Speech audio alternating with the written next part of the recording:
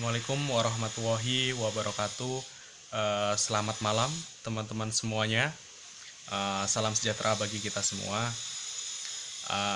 Semoga dalam kesempatan hari ini semua dalam keadaan sehat dan selalu ada dalam keberkahan dan lindungan Allah Subhanahu wa taala.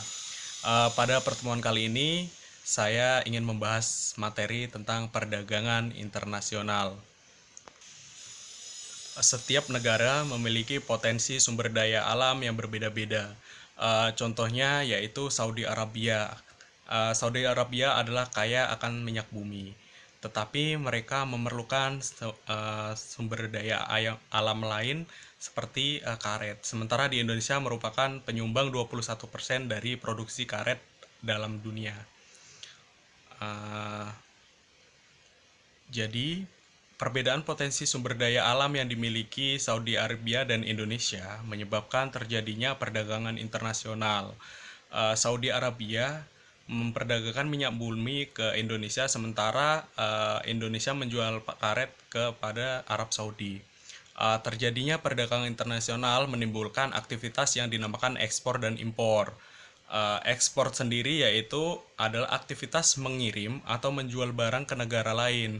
Negara pelaku ekspor disebut eksportir. Sementara impor sendiri yaitu impor adalah masuknya barang dari negara lain. Negara pelaku impor yaitu disebut importir. Perdagangan internasional adalah proses pertukaran barang dan jasa antara dua negara atau dengan tujuan mendapatkan keuntungan atau laba. Nah, jadi faktor-faktor apa saja sih yang mendorong terjadinya perdagangan internasional? Faktor yang terjadi mendorong perdagangan internasional pertama yaitu perbedaan sumber daya alam yang dimiliki oleh setiap negara. Perbedaan potensi sumber daya alam masing-masing negara dipengaruhi oleh luas daerah negara itu sendiri, letak geografis, dan iklim dari negara tersebut. Yang kedua yaitu perbedaan tingkat kualitas sumber daya manusia. Suatu negara yang kualitas sumber daya manusia yang tinggi akan menghasilkan barang dan jasa dengan mutu yang kualitas yang sangat baik. Yang ketiga yaitu perbedaan ilmu teknologi.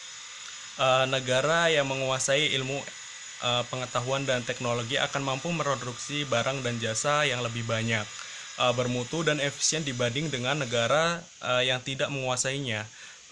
Empat, perbedaan budaya suatu bangsa. Jadi perbedaan budaya suatu negara akan sangat mempengaruhi barang yang akan dihasilkan negara tersebut. Contohnya itu seni ukir dan batik di Indonesia merupakan daya tarik sendiri bagi negara lain yang negara lain ingin membelinya. Terus yang kemudian adalah keramik dari Cina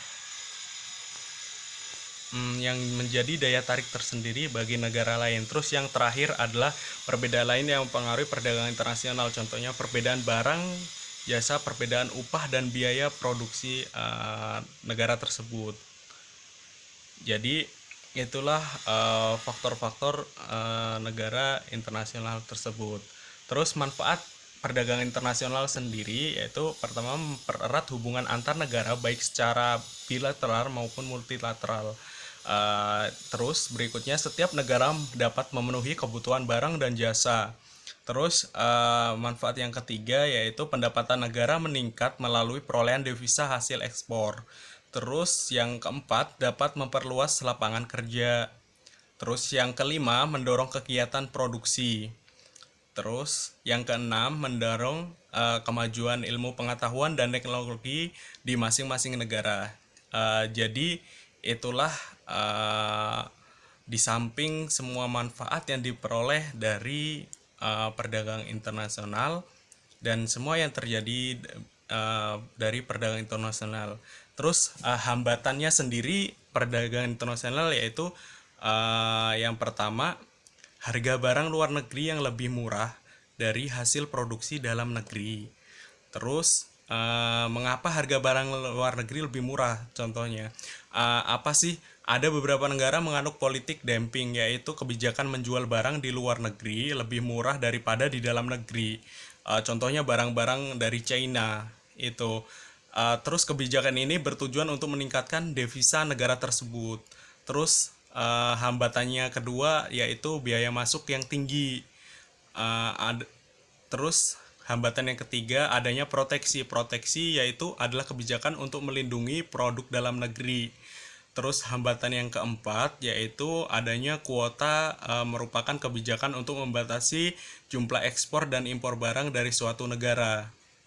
Terus hambatan perdagangan internasional yang lain yaitu pertentangan politik dari negara tersebut atau ada peperangan dalam negara tersebut. Jadi itulah pembahasan materi saya teman-teman, dari perdagangan internasional. Semoga dalam kesempatan kali ini teman-teman paham tentang apa sih perdagangan internasional itu. Jadi cukup sekian saya menjelaskan tentang perdagangan internasional. Kurang lebihnya saya mohon maaf. Wassalamualaikum warahmatullahi wabarakatuh.